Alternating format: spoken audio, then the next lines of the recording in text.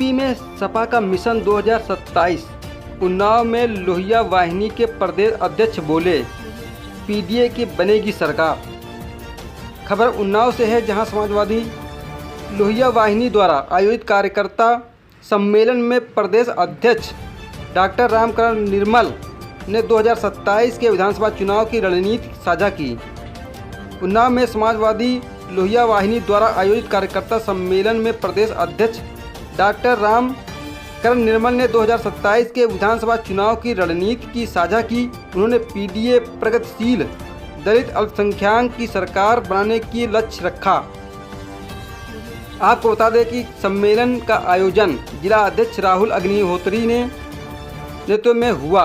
Samajwadi party के जिला अध्यक्ष राजेश यादव ने कार्यकर्ताओं से भाजपा को सत्ता से बाहर करने के लिए एकजुट होने की आह्वान किया। देखिए पूरी खबर सिर्फ ई-क्राइम न्यूज़ 24 पर। पत्रकार निजामुद्दीन की खास रिपोर्ट।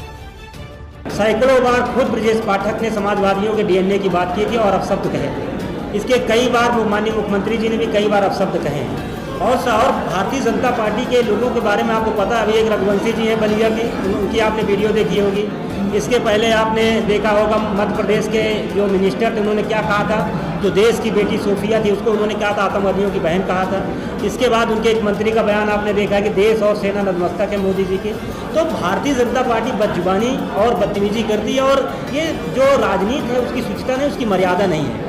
हम राजनीति में वैचारिक रूप से हम एक दूसरे से लड़ते हैं, और अगर हम उसमें किसी भी जाति किसी भी धर्म को टिप्पणी करते हैं और किसी के साथ अपशब्द अपमानजनक बात करते हैं तो गलत है। और समाजवादी पार्टी को कभी इतिहास नहीं रहा। समाजवादी पार्टी हमेशा सम्मान से, और जो हमारे माननीय राष्ट्रीय अध्यक्ष जी हैं, आपने उनका एक ट्वीट देखा होगा, उन्होंने बताया है कि अगर आप हमारे डीएनए की बात करेंगे, आप हमारे डीएनए पर अपशब्द कहते हैं, लगातार आप कह रहे हैं, तो अगर कोई कार्यकर्ता उत्साहित कार्यकर्ता ने कहा तो उन्होंने उनको समझाने की बात की।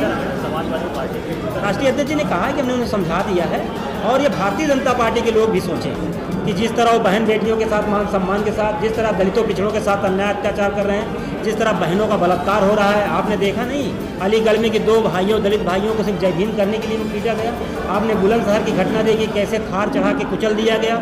अभी आपने कल आजमगढ़ की एक घटना देखी, राजभर समाज के बेटे को इसलिए गोली मार दी गई कि उसने जो योगी जी के सजाती लोग हैं उनको कहा कि आप गाड़ी हटा लीजिए, नहीं हटाए उनको गोली मार दी गई। जैसे हजारों घटनाएं जो भारतीय जनता पार्टी से जुड़ी है उनके लोगों द्वारा की जाती है।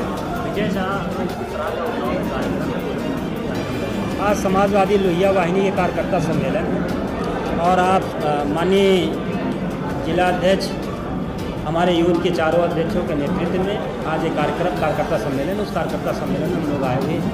और जो माननीय राष्ट्रीय अध्यक्ष जी का निर्देश है, पीडीए जो उन्होंने नारा दिया है उसके संदेश को जन जन तक पहुँचाना, और नौजवानों में जो पार्टी के निर्देश उसको बताया जाएगा। सरकार में आने के लिए 2027 में आने के लिए पार्टी की क्या कर रही है, मगर लोहिया वाहिनी की टीम किस तरह से गांव में जा रही है, लोगों के पास जा रही है, कैसे? समाजवादी पार्टी का हर एक कार्यकर्ता राष्ट्रीय अध्यक्ष माननीय अखिलेश यादव जी को इस संदेश को जहाँ जन जन तक पहुँचाने का काम करेगा।